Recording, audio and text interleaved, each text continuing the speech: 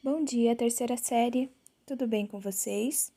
Na aula de hoje, nós vamos falar sobre a virada da linguagem e sobre o atomismo lógico. Esse conteúdo está presente lá da página 22 até a página 25 da apostila de vocês. Mas para começar, nós vamos relembrar um pouquinho sobre a lógica aristotélica.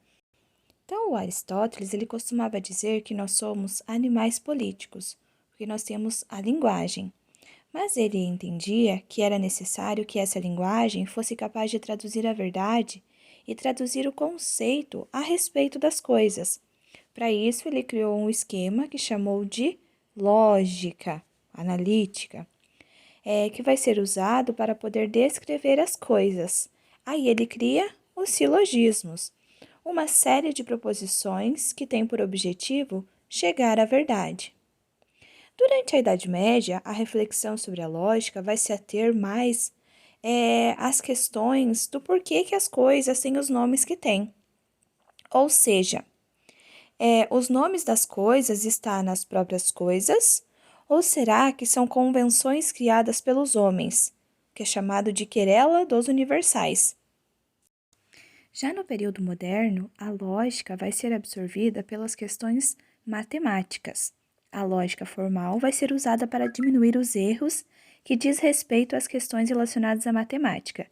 E nós vamos ter, a partir do período contemporâneo, que nós vamos chamar de virada da linguagem, a criação de uma filosofia da linguagem, que é uma área da filosofia que vai se preocupar, que vai se debruçar, refletir sobre o que é a linguagem e quais as possibilidades dela, e o que é realmente esse processo de interpretação daquilo que é dito.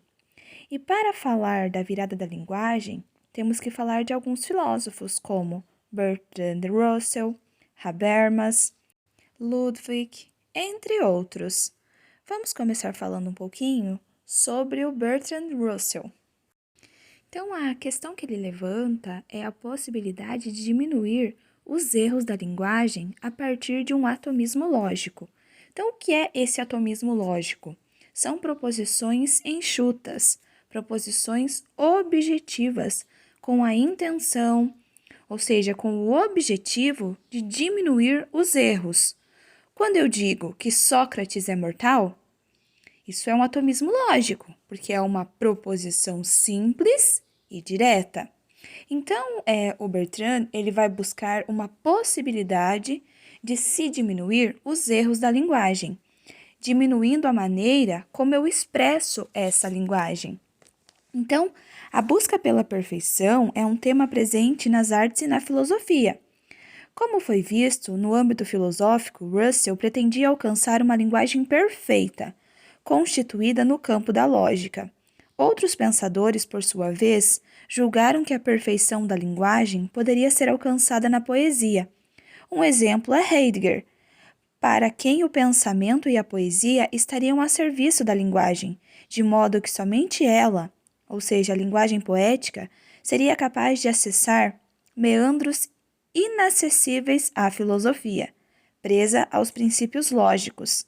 Então, com base nesses exemplos, nós vamos responder as questões da página 24 e 25 sobre a busca da perfeição na linguagem. Então, o exercício 1. Vamos ler e interpretar o poema de Rainer Maria Rilke. 7 poemas. Quero agora falar, não já como um escolar, tímido a arranjar coragem para o exame. Quero dizer céu, quero dizer prado, e o espírito que da boca mo exprime, o leve em conta da eternidade.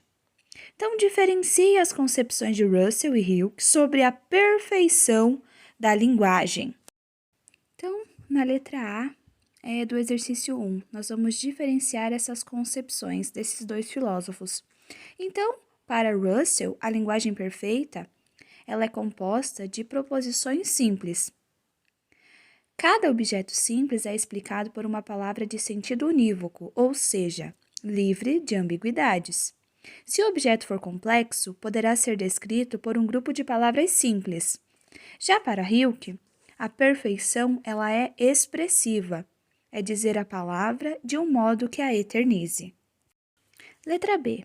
Você concorda que a poesia é o gênero em que a linguagem alcança a perfeição? Concordam ou não? Levando em conta a concepção de Heidegger, para quem a perfeição da linguagem poética consiste em ultrapassar os limites da lógica ao expressar significados, e a concepção de Hilke sobre a expressividade poética. Então, vocês irão justificar a resposta de vocês se vocês consideram ou concordam que a poesia ela é um gênero em que a linguagem alcança ou não a perfeição. Exercício número 2. Observem essa obra.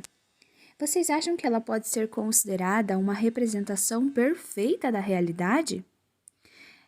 Essa obra, essa imagem, ela apresenta uma escultura que imita um rosto humano com detalhes e minúcias.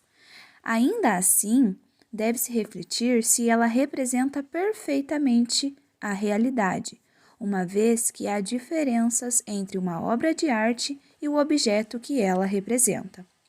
Letra B. Em sua opinião, a arte, como representação da realidade, é capaz de alcançar a perfeição? Vocês podem considerar, por exemplo, a hipótese de um artista julgar sua obra perfeita.